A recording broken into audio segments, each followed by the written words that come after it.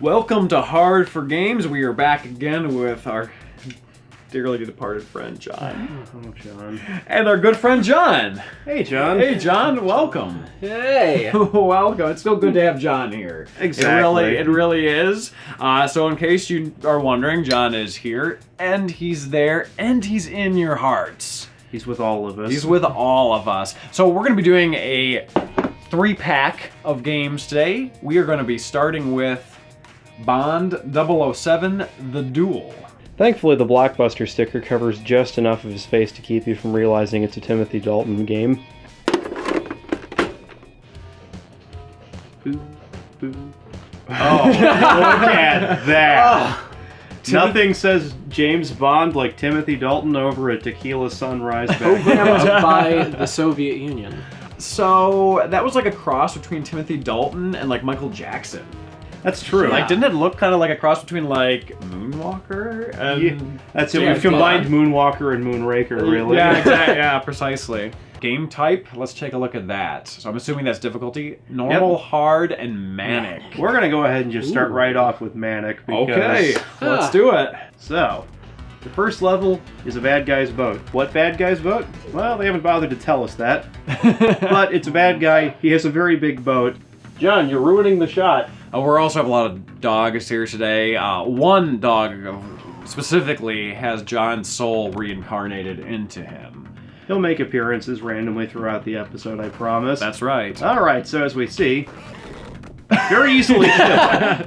And those blinking things are ammunition. So, as we've noticed, this random tied-up stripper on the boat, we've now rescued by walking near them. Nice. And she disappears into oblivion. Now, if you notice in the top left of the screen, John, stop it. But as you'll notice in the top left of the screen, we have the number of strippers we have to save. Ah. Because every mission comes with a number of strippers you have to rescue from the bad guy. I really need Oh, to... shit.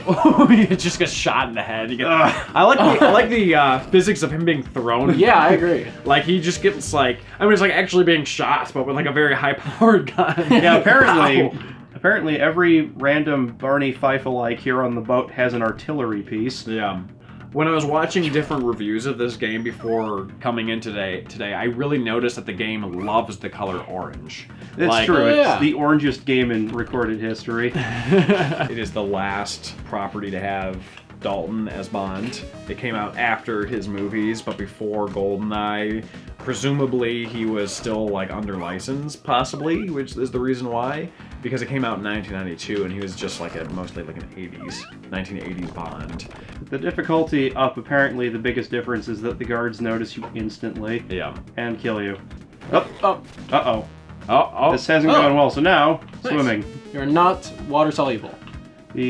No, the good news is the character can swim. However, there are an unfortunate number of sharks to keep an eye out for. Oh. So generally, stay on the boat. Sort of Whoa! thing. Sharks! Well, I found the sharks. Good news. So another neat little gimmick this game has, there are various doorways you can actually hide in that the guards won't notice you. So it has an element of stealth, basically. I don't know how the submarine hit me there, but What? Yeah. It managed to, somehow. in what top scientists believe is a miracle. Okay, so for example, in this doorway, if you press the up button, Nice. Ah, very cool. Clever. I like how he, like, shoots from the hip. How many lives do you have? this is the last one, and I'm still on level 1. Manic difficulty is, in fact, pretty manic. I really do like that he shoots from the hip. He's like, Oh yeah, it's almost phallic in a way. Like, he's just shooting up, you know. He's with his- Bond. he's too cool to aim. Each hit constitutes a heart, so basically 5 things can happen to you of any kind before you die terribly, and in some cases they do multiple damage. Yeah. In this instance, gunshots appear to do 3 because the difficulty's on manic. You shot him and he fell forward. That was It's a lot of platforming for a Bond stealth adventure game. yeah. I don't think I'd ever played a Bond game earlier than GoldenEye. 'Cause on normal difficulty, I can kind of like speed run the first level and then Okay.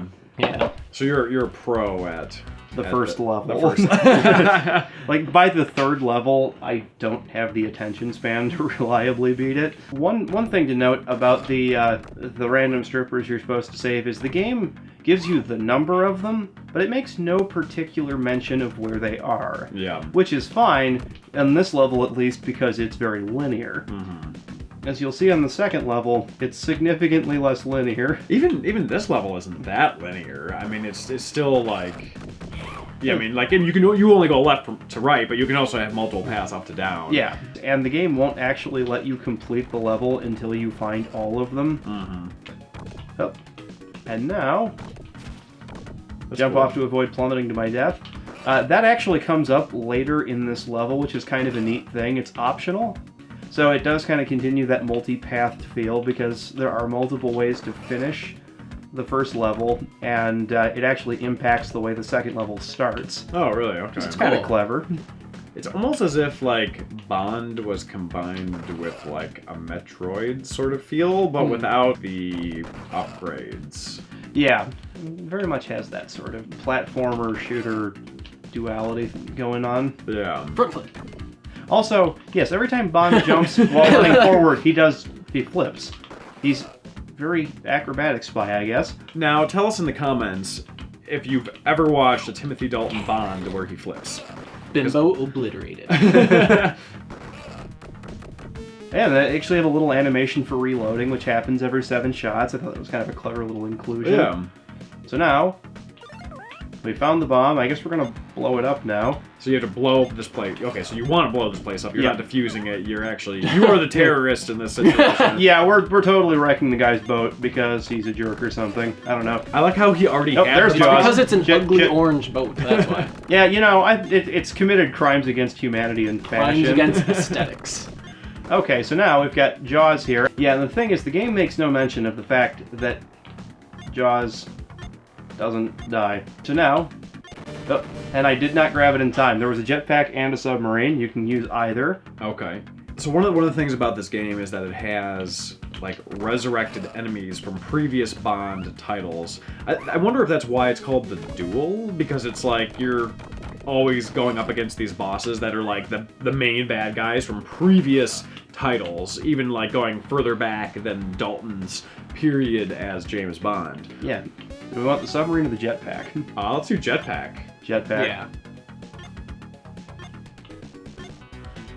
Alright, so now we're in the woods, and this is where the hostages become a little more tricky because there are probably 10 or 15 different paths through the entire level. Oh, really? And you kind of have to explore all of them to find everybody. Got it. Oh, and there I found the first hooker. Okay. She's like, yes. yay! Notice that even though we're in the jungle, he cannot be bothered to remove the tuxedo. Yes. Let's see. Yeah, and again, they really give you no sort of insight as to where the random hostages may be. So there's a lot of just running around going, is there one over here? This is basically falling damage the level. Yeah. Oh god, that's right, it's Baron Samedi. He makes an appearance here. Oh god. And I've been throwing knifed or hatcheted or throwing bad thing to death. Throwing bad thing to death. I'm getting used to the jumping in this. You made it seem so easy, but he kind of like, when he jumps, he's a little wild. He has a curiously far leap. It takes a minute to get used to it. It's solid once you understand it. Yeah, he does kind of run at a weird speed. A lot of the motions are kind of odd in the speed at which they happen. I wonder if this was a British team that created this. So it was originally created for PAL format, so it was a different frame rate. So I'm wondering if the NTSC version had some sort of frame rate mucks up in terms of like the speed in which it ran. That would actually explain a lot about this. Yeah, because it's like a little bit jittery. Just a little bit. Like the animations are smooth, but then when you do something, it's a little bit frantic feeling. Really, the only time you're reminded that it's a 16-bit cartridge is the bad guys who do the South Park Canadian Shakespeare thing. Hey, Bond, you spit me after I dead and a pool of my own blood. Blah. Yeah. The knives It's only pretty have short certain distance range. for knives. There he goes. And there's like the one health that you can occasionally find that you pick back up to kind of keep you going. I also like the Oh, no. sound that the strippers make when you rescue them. Woo! They are total woo girls. The hell? So that- Oh yeah, by the way, there's this thing inexplicable. Well, Oh, okay. I've been bulldozed. Oh my god. So he takes a really long time to throw grenades, which makes these kind of a risky proposition. So now we have a problem. So there's the bomb, but We can't find two of the Woo girls, which means I suspect we may actually have to meaningfully backtrack, okay. which is going to be irritating to say the least. And this is that moment where the game is at its most irritating, because again, it doesn't do a good job of telling you where you need to be. Okay, so it's going to put us right... And then I do that, huh? That was your last life.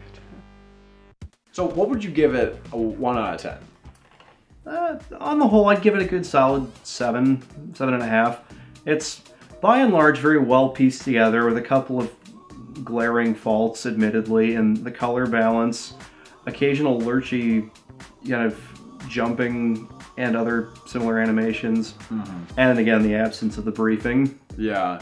I think 7, you know, I would agree. I think that it's a lot of fun, but I feel like as you would continue playing, the fun would diminish because it's basically the same thing every level. I'd give it a 6.5, but bump it up to 7 just for the signature Sonic front flip that he does. Well, Watching well Timothy played. Dalton Sonic Flip really does make everything better. Yes, it does. Yes, it does. Smash TV, an arcade hit, ported to the Genesis, I think the Super Nintendo as well. Control, 2 players, right? 1 player, 1 controller. 2 players, 1 player, 2 controllers. What? Oh man. Because in the arcade, you had more buttons and you could fire in different directions and move, and this wasn't so much of an issue on the SNES port, but on the Genesis port, you can basically play with, I think, 2 D-pads. Let's try that. Let's actually, let's try that just for the heck of it, because it's kind of a weird novelty.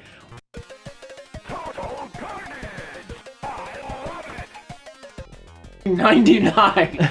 Television has adapted to the more violent nature of man. Well, yeah. The most popular form of television remains the game show. One show in particular has dominated the ratings. That show is Smash TV, the most violent game show of all time. 2 lucky contestants. The future is now. You are the next lucky contestant. This is like the Hunger Games, Battle Royale sort of thing. This actually feels suspiciously like Spike TV. Yeah. Except that there's fewer, like, bad commentary tracks from washed-up comedians over top. Yeah. So one D-pad. Oh. This is weird. This is weird. You have different power-ups. One D-pad is movement, and the other D-pad is... I'm not doing this very well. Like firing direction? It's firing direction, yeah. Player 1 is movement, and player 2 is firing direction. So basically you can, if you get used to it, you can kind of fire and move at the same time. I'm not really doing a really good job of it, though. Gotta get these prizes. Hang on. I bet I'll do a better job if I switch these up. Like, normally I'm used to moving with my left thumb. So let's try this again. Oh, yeah, that seems to be going better. Much easier. It's a little weird because that you kind of have that Wiimote disconnect. You know what I mean? Which actually I liked on the Wii, but with this it's a little bit weird because it's not designed for that, to have 2 at once. Normally I like 2 at once. So is the rocket launcher kind of like a prize in and of itself? It should be. I just want to take this home with me. You can keep whatever else. I just want this. And so it's just like a regular shmup, except it's zoned instead of flying through the air, for example. Ooh, the choice is yours. Yeah. You can fire at an angle, which is pretty cool. Nice touch. I feel like you got an orbital. Oh, Yeah. for like 3 seconds.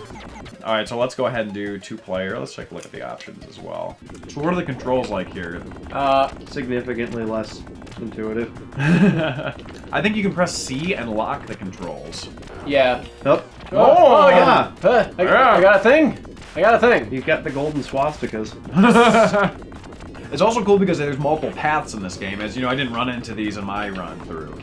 Up and Okay, blown there up. is a huge problem in like the direction that you're shooting, and half the time I just am unable to shoot in the direction that I want. It seems here you're significantly more bound to cardinal directions, otherwise you'll walk kind of funny.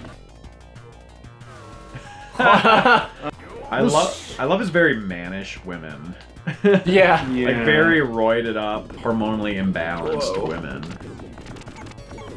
Around the, oh no. Oh Could man. not make my way around those landmines. On the whole, it's one of those games you can pick up and be like, I want to destroy a legion of little green whatever they may be, and it's got great replayability value. Yeah. It's just simple, addictive fun. Yeah, it's a good pick-and-play multiplayer game for sure. Yeah. Strangely enough, playing one player with 2 controllers seemed a lot easier. Yeah, it kind of did in a way. Again, it'd be great to get the dual joysticks. I Yes. think that's what we need to do if we ever do this again. No, I'd say it's a solid 8. Okay. For what it is, I also think it is a solid 8. I think they were trying to work around some of the control issues and did the best they could. John, what do you think? I give it a 7. Maybe an 8 in arcade form where you actually have joysticks to work with. But in this setting, like if you want to play with more people, it can't get past a 7 because of the controls. John, what did you think? Oh, brother. Oh, John. That's our John. That's our John. Castle of Illusion was a game that was remembered very fondly. Tight controls, beautiful presentation. It was remade in 2013, as a matter of fact. I haven't played the remake yet, but I have played this version. But it's been a little while, so we're gonna retouch on it and see if it still has that magic. 7 Gems of the Rainbow. Not to be confused with the Chaos Emeralds, of course. Of course. I like his idle animation. Like, he's at the club, but like really reserved still. Kind of Like a- he's kind of he's warming up, getting in there. Check out that slowdown, though. See, 1, 2, Ooh. 3. Yeah, there's like Man. 4 Four frames right there. Whoa! Whoa, really? I logged on so easily the last time around. Do I want to see what's down there? Yes, Yeah. of course you do. You have to like There's swing a- down there's an there, odd maybe. way- Oh no, maybe not that way. Yeah, just like let go early. And, Yeah. like, slip right in. You must Is be it- brave and smart. Is the game Unfortunately, implying sorry, that we're yeah. idiots? Yeah. What are you, You trying to what tell are me you- something? What are you implying here? Yeah. Well, like how to a kid that must be like some uplifting, yours. like continue screen line, but to anyone who thinks even vaguely cynically, it's hey, you're stupid. Try saving your girlfriend again. Screw you.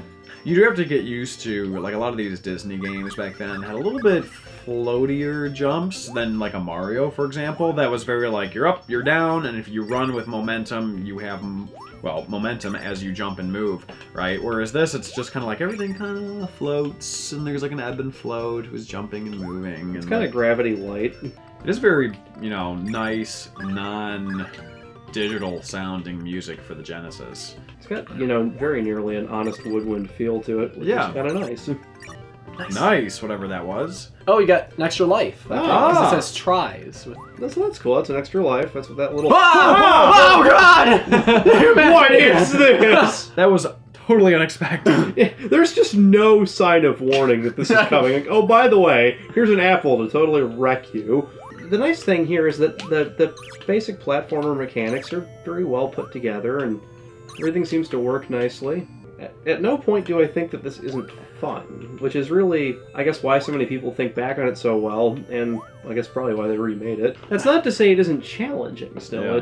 It's more that it's accessible and playable, and these are all good things, especially, you know, we're on level 2 here, so...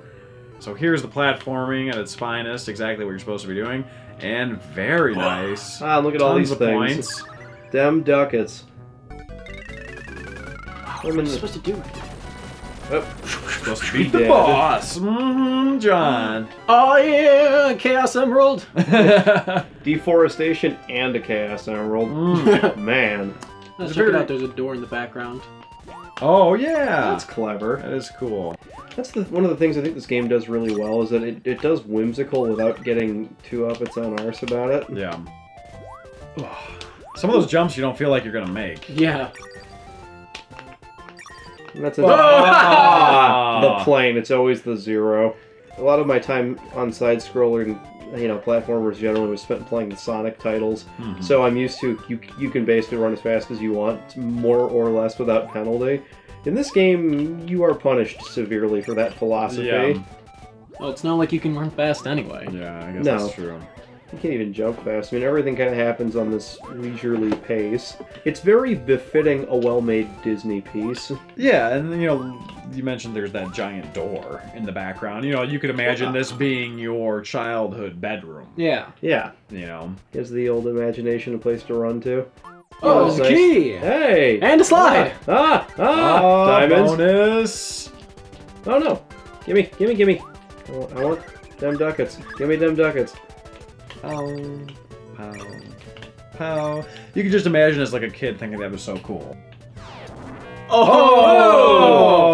Okay, it just got interesting. That's not a thing I wanted. Now this is some crazy Mario Galaxy shit going on right here. What would we rate this game? Be careful. If you give it a bad score, there's gonna be a lot of haters out there. I can already hear the emails rolling in. That's right. Hundreds and hundreds of Mountain Dew spilled in anger. I've always been a big fan of the side scroller, and this one's an exceptionally well put together example. The controls fit the pace of the game, the graphics fit the tone of the game, everything fits together like it's supposed to, and the production quality shows in everything it does while you're playing it. Yeah. And for that, I give it a 9. Yeah. I definitely had a lot more fun playing it this time around. When I first picked up the card, I had played it a little bit. I would give it an 8. I think I definitely enjoyed everything. Everything was very solid, but I didn't have an amazing time with it. But I had a good time. John, what do you think? Tony, I'm not John. Those ashes are not John. That dog is not John. My name is Mitchell. John lives 500 miles away, Tony. John cannot be in every episode. John, you get cranky when you haven't had your surge. John, we just need to take a little, just take a little break, man. Like everything's gonna be okay. All right? Listen, people need their John. Okay? He's losing his freaking mind over here. We probably should cut this. Sorry about this, guys. Thanks for watching. If you want to see more Hard for Games, subscribe to see new episodes every Tuesday.